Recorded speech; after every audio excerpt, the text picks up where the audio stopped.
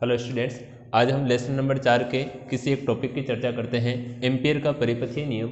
इस चैप्टर के अंदर मुख्यतः दो नियम हैं। एक हमारा बायो-सावर्ट का नियम है जिसके कुछ अनुप्रयोग है, एक एम्पियर का परिपथीय नियम है और इसके कुछ अनुप्रयोग हैं, जिनमें से इंटरनली एक नियम के अनुप्रयोग और नियम दोनों अक्सर बोर्ड एग्जाम के अंदर पूछे जाते हैं।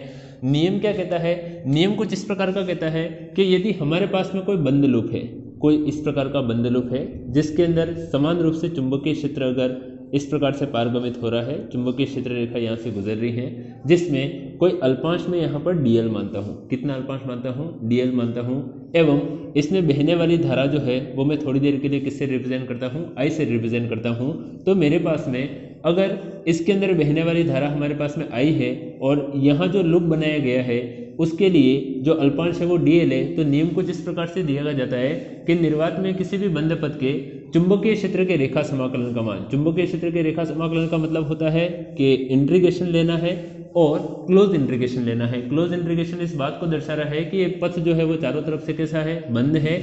और चुंबकीय क्षेत्र के रेखा समाकलन का मान, तो जो चुंबकीय क्षेत्र होगा उसका जो समाकलन किया जा रहा है वो लंबाई के अनुदिश होना चाहिए, जिसे हम रेखा समाकलन कहते हैं, जिसे लिखा जाता है B vector dot DL vector से। किससे लिखा जाता है? B vector dot DL vector से। तो किसी भी बंद पथ के चुंबकीय क्षेत्र के रेखा समाकलन का मान किसके बराबर होता है? तो जो निर्वात की चुंबकशीलता होती है जिसे किससे दर्शाया जाता है? μ0 से।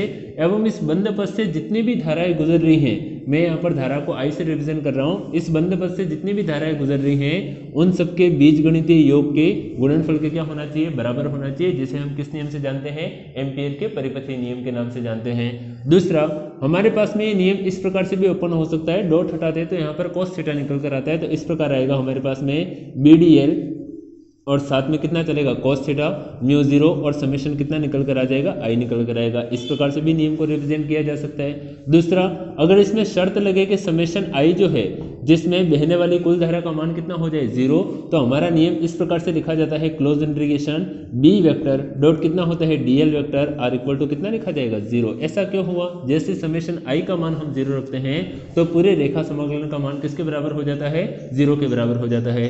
दूसरा, यदि बी वेक्टर की जगह पर एक इक्वेशन आती है μ0 H वेक्टर, कितना लिखा जाए? μ0 H वेक्टर, जहां H हमारा चुंबकन क्षेत्र है, तो यहां पर नियम एक बार और बदला जा सकता है। क्या बदला जा सकता है? पहला पॉइंट यहां से लिखा जाएगा हमारे पास में क्लोज इंटीग्रेशन आएगा, बी वेक्टर की जगह पर मैं कितना रख रहा हूं? तो μ0 H वेक्टर डॉट साथ में कितना चलेगा? तो मेरे पास में आएगा DL वेक्टर, यहां पर आ जाएगा म्यू0 कितना चलेगा? Summation I।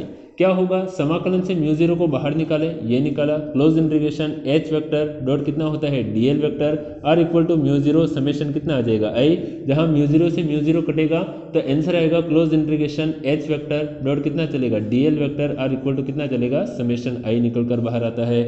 जहां पर H vector dot DL vector जो लिखा हुआ है इसे कहते हैं चुंबकत्व वाहक बल। क्या कहा जाता है?